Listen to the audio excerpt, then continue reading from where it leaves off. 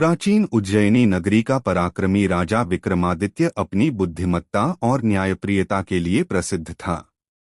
एक दिन तांत्रिक वेताल भैरव बाबा ने राजा को एक अद्भुत तलवार भेंट की, पर साथ ही कहा, राजन, यह तलवार तभी आपकी होगी जब आप श्मशान में लटके उस पहले पुतले को उठा लाएंगे, पर सावधान, वह पुतला साधारण नहीं है। रात का सन्नाटा था, चारों ओर रुदन और धुआं। राजा विक्रम निडर होकर श्मशान पहुंचे। पेड़ की डाल पर उल्टा लटका था पहला पुतला, बेताल। जैसे ही राजा ने उसे उतारा, बेताल ठहाका लगाकर बोला, राजन, तुम मुझे बार बार पकड़ सकते हो, पर अगर रास्ते में मुझसे बोले तो मैं फिर पेड़ पर लौट जाऊंगा। राजा ने मौन रहकर कदम बढ़ाए।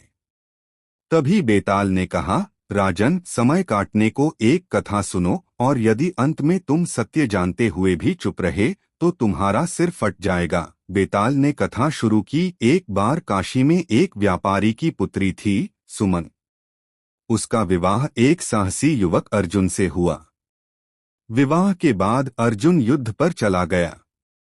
वर्षों बाद जब वह लौटा तो सुमन को देखकर चौंक गया। वह अब किसी और के साथ थी। दरअसल सुमन ने उसे मृत मानकर दूसरे से विवाह कर लिया था।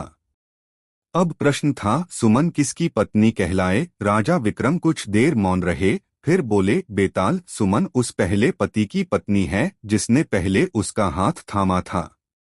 दूसरा विवाह अधूरा था। इतना सुनते ही बेताल हंस पड़ा और बोला, राजन, तुम फिर बोले। अब मैं लौटता हूँ पेड़ पर। और पलक झपकते ही बेताल गायब हो गया। राजा विक्रम ने तलवार की मूठ कस ली और दृढ़ निश्चय किया, जब तक बेताल मेरे साथ नहीं चलता, मैं हार नहीं मानूंगा।